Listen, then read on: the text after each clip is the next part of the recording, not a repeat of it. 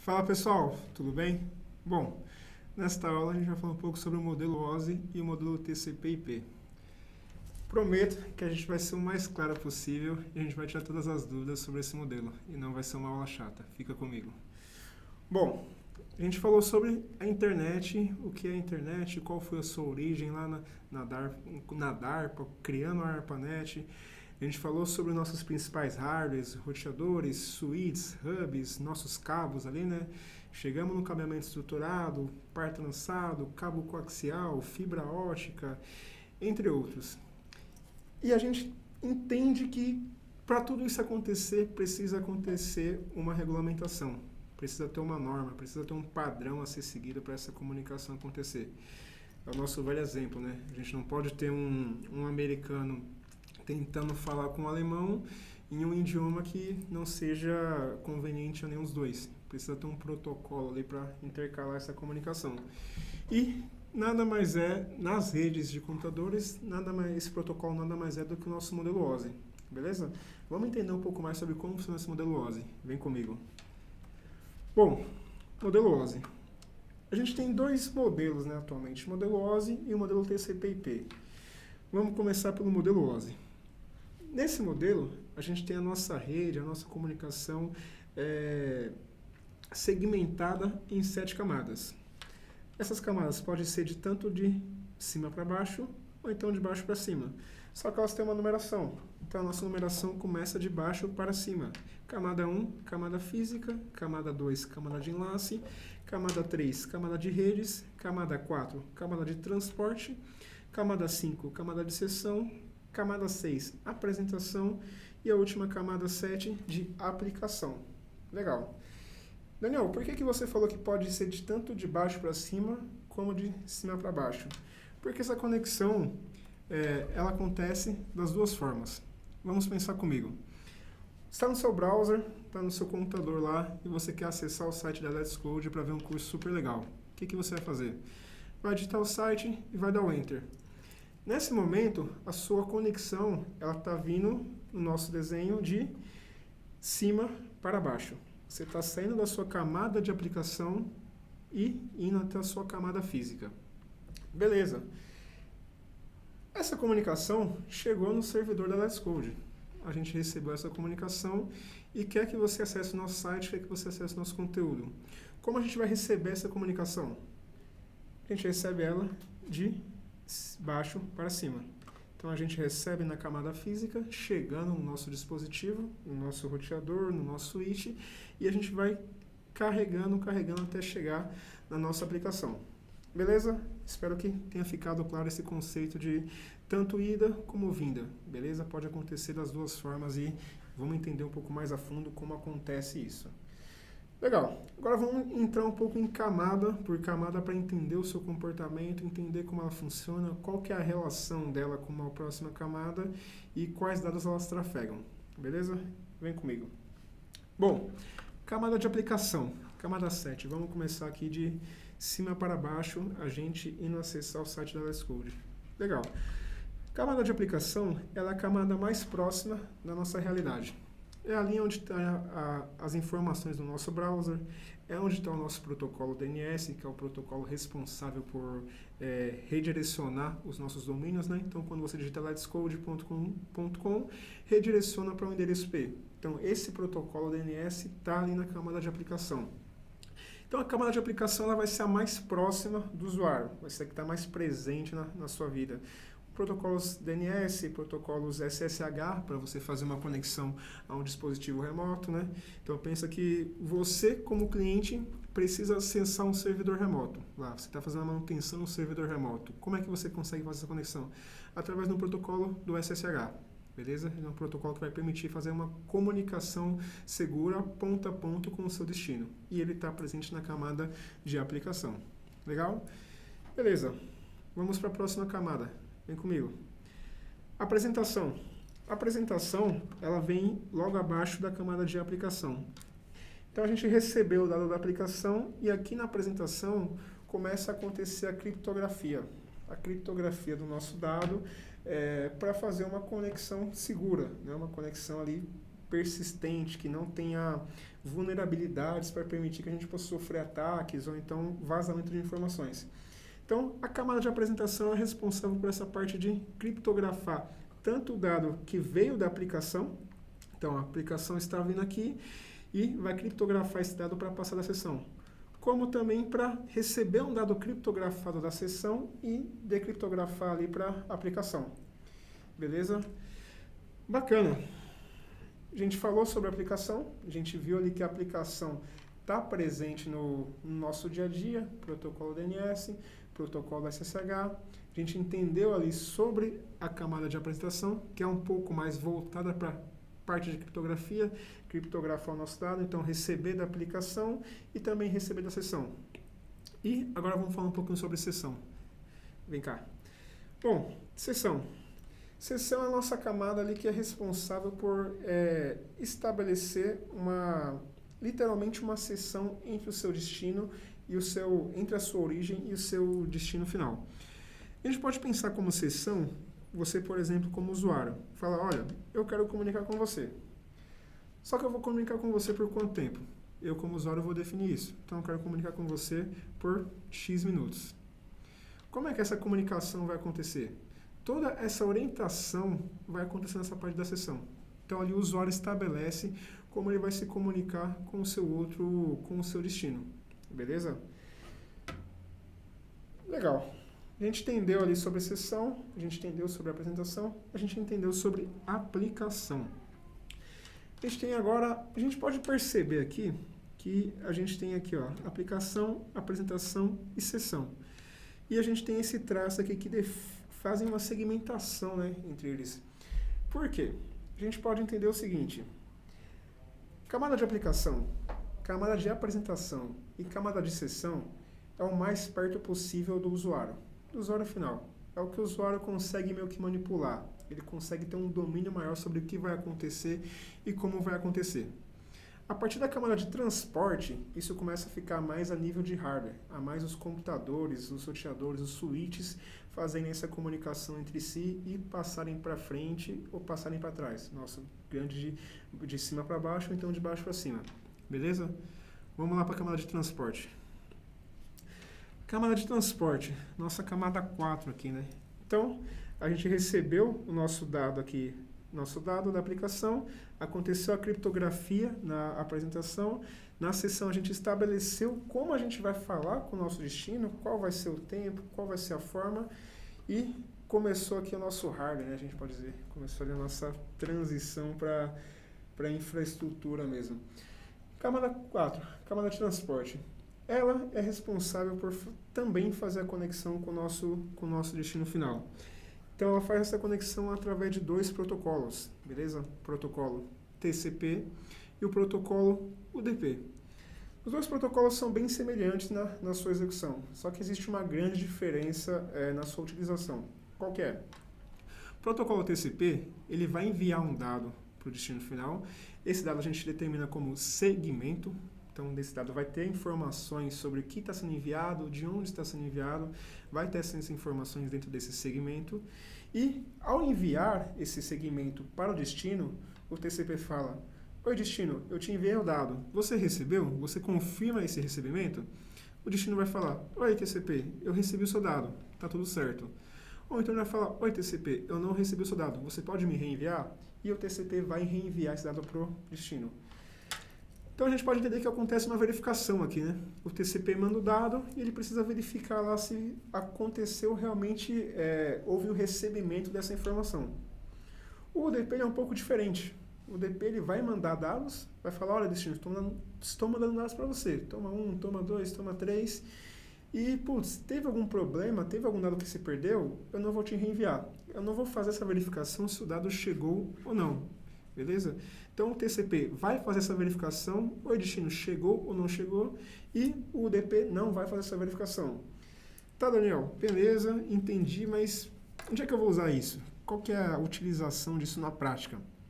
TCP, a gente vai usar mais em comunicações clássicas. Você está enviando um e-mail, você está acessando algum site, está fazendo alguma coisa ali que não precise de extrema velocidade. O UDP já não. O UDP ele é clássico na utilização de stream. Então, ali para você fazer um envio de um áudio, você fazer uma ligação via Skype, via Teams, fazer alguma live ali, na maioria das vezes você vai estar utilizando o UDP, beleza? Porque se falhar ali algum frame da sua transmissão, não vai ser reenviado, simplesmente vai cortar e vai seguir para frente. E não que isso seja ruim, tá, pessoal? É muita questão de cases de negócio. Às vezes você não precisa reenviar esse dado, é simplesmente o seu vídeo travou naquele momento e você continua, e assim por diante. Diferente de uma transação bancária, por exemplo, que você envia e você precisa realmente confirmar que ela chegou ou não, tá bom? Então, essa é a nossa ideia sobre a camada 4 de transporte, beleza? Bom, a gente falou sobre a aplicação próximo do cliente, protocolos DNS, SSH, falamos sobre a apresentação ali, criptografar esse dado, abordamos a sessão, estimular, definir como vai ser essa sessão, quanto vai durar. Falamos sobre o transporte ali, mais na parte da infraestrutura, já mais na parte de baixo, como vai acontecer, TCP, UDP, e agora chega a parte de rede. A parte de rede ali, ela é primordial, ela é essencial na nossa comunicação. O que é a parte de rede? Rede, a gente pode pensar muito no nosso roteador. Rede é onde acontece ali um envio de um dado para cá, de um dado para lá, para esse roteador, para o próximo, acontece um salto daqui e assim por diante. Lembra que eu falei que na camada de transporte a gente recebeu o dado da sessão e esse dado ele é um segmento, né? A gente define o modelo OSI, é definido por um segmento. Quando o modelo OSI vai passar esse dado para a rede, para a camada de rede, ele não é mais um segmento. Ele recebeu acréscimo de informação e ele virou um pacote. Ele virou um pacote que vai ser enviado para um próximo roteador. Então, por exemplo, você está na sua empresa, você formou os seus dados lá, formou o seu pacote, vai mandar esse dado para o pacote da sua empresa, esse roteador recebeu esse pacote e falou, opa, preciso chegar no roteador tal. Como é que eu vou chegar lá? Existe uma tabela de roteamento. O roteador sabe aonde ele vai chegar, porque existe uma tabela para constar. Então ele fala, olha, eu quero chegar no ponto A, então eu vou passar por aqui, vou passar por ali e assim por diante. Ele vai redirecionando esse pacote e vai enviando para os demais também, né? Eu sou roteador, recebi esse pacote, é para mim? Não é na minha rede, vou passar para o próximo roteador e assim sucessivamente até chegar ao destino final, tá bom? Então a camada de rede é onde acontece o nosso pacote, onde acontece ali o envio de um roteador para o outro. Legal? Bacana, pessoal. Bom, a gente falou sobre aplicação, apresentação, sessão, transporte, rede, e aqui a gente tem mais uma segmentação, né? A gente teve a segmentação das 3 camadas de cima que representam mais o usuário, e aqui começou a parte de infraestrutura, e aqui, nessa parte, começa literalmente aquele ponto que você põe a mão. E eu falo pôr a mão é literalmente aquele hardware, aquele ponto físico. Ali começa o seu switch, começa ali o seu cabo, começa aquela coisa mais no toque mesmo. Beleza. Camada de rede. Camada de rede a gente tem o nosso pacote pronto para enviar para os nossos dispositivos, né? Bom, pessoal, então a gente entendeu ali o que é a camada de rede, né? Qual que é a relação dela com a camada de transporte e a próxima ligação seria a camada de enlace, né? Então, beleza. A gente tem rede e tem a camada de enlace. A camada de enlace, ela é responsável por fragmentar o nosso pacote. Então, a gente recebe um pacote da camada de redes ali e faz a fragmentação desse pacote em quadros. Quadros que vão ser enviados para o nosso destino ali da nossa rede, nosso dispositivo que a gente quer conectar. Tá bom? A gente pode pensar no seguinte, na camada dar um exemplo claro da camada de enlace. Pensa que você está numa rede local, tá? Você não saiu para a internet, não saiu para fora. Você está com o seu computador e o seu colega está no outro computador e eles estão conectados através de um switch. Você quer mandar uma mensagem para ele. Como que essa mensagem vai ser enviada? Você vai mandar para o seu switch, que o switch vai mandar para o seu computador do seu colega. Essa comunicação acontece um pouco na camada de enlace. A camada de enlace ela é responsável ali por pegar o nosso MAC address. Lembra que quando a gente falou sobre interface de rede, sobre NIC, a gente falou que existe o protocolo IP, que é um protocolo de camada 3, camada de rede ali. um endereço lógico, e a gente falou sobre o MAC, que é o nosso endereço físico, que também é o endereço da nossa NIC. E o enlace ele é responsável por fazer a utilização desse endereço. Então o switch ele recebeu uma mensagem do computador A e falou, opa, eu vou mandar essa mensagem para o computador B. Qual que é o endereço físico dele? Qual que é aquele MAC address que o computador B tem? E aí ele consulta esse endereço através da camada de enlace e envia esse dado para o destino final, que seria o computador B. Beleza? Legal, pessoal. A gente está quase no final aqui, chegamos agora na camada física. Camada física, literalmente, é física. É ali o nosso cabo, é o nosso switch, é o nosso roteador e é todos os nossos periféricos que a gente tem a nossa conexão.